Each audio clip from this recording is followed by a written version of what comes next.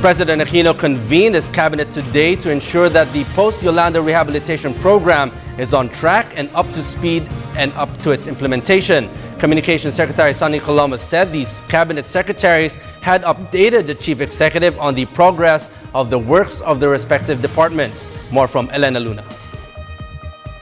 To ensure that the post-Yolanda rehabilitation program is on track and to speed up its implementation, according to PCOO Secretary Herminio Coloma Jr., this is the reason President Aquino called for a cabinet meeting this morning. The meeting took more than 3 hours, which began with the President explaining the role of Secretary Panfilo Lacson as Presidential Assistant for Rehabilitation and Recovery. Secretary Lacson pointed out the need for speeding up the clearing of debris in Tacloban City so that rebuilding efforts can proceed unimpeded and to minimize the citizens' exposure to health and safety hazards.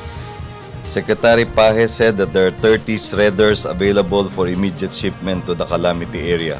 This will be used to crush the debris for proper disposal and possible recycling. The possible deployment of the MMDA Rescue Battalion, redeployment of the Rescue Battalion to Tacloban will also be considered.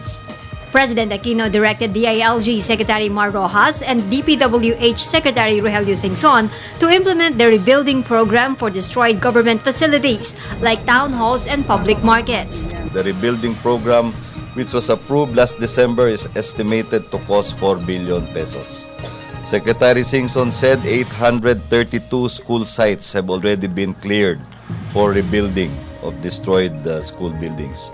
DPWH is awaiting from JICA the proposed design for upgraded school facilities that will be disaster resilient. He said that the design is being expected before the end of this month.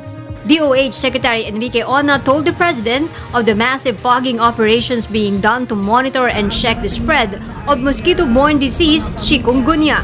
Secretary De Lima presented the NBI's report on the identification and burial of victims of typhoon victims in Tacloban City. This is for Tacloban City alone. A total of 2,249 bodies were recovered. Out of this number, 448 have been processed and buried in a permanent burial site, one of the memorial parks, while 1,101 have been buried in temporary burial sites in Barangay Basper and at Sitio Suhi in Tacloban City. Sitio Suhi, Barangay San Isidro, Tacloban City, and will be exhumed for further identification processes. DBM received instructions to provide additional funds to complete the cadaver identification and burial process at the soonest possible time. The President also directed the Budget Department to extend more help to government employees in the affected areas.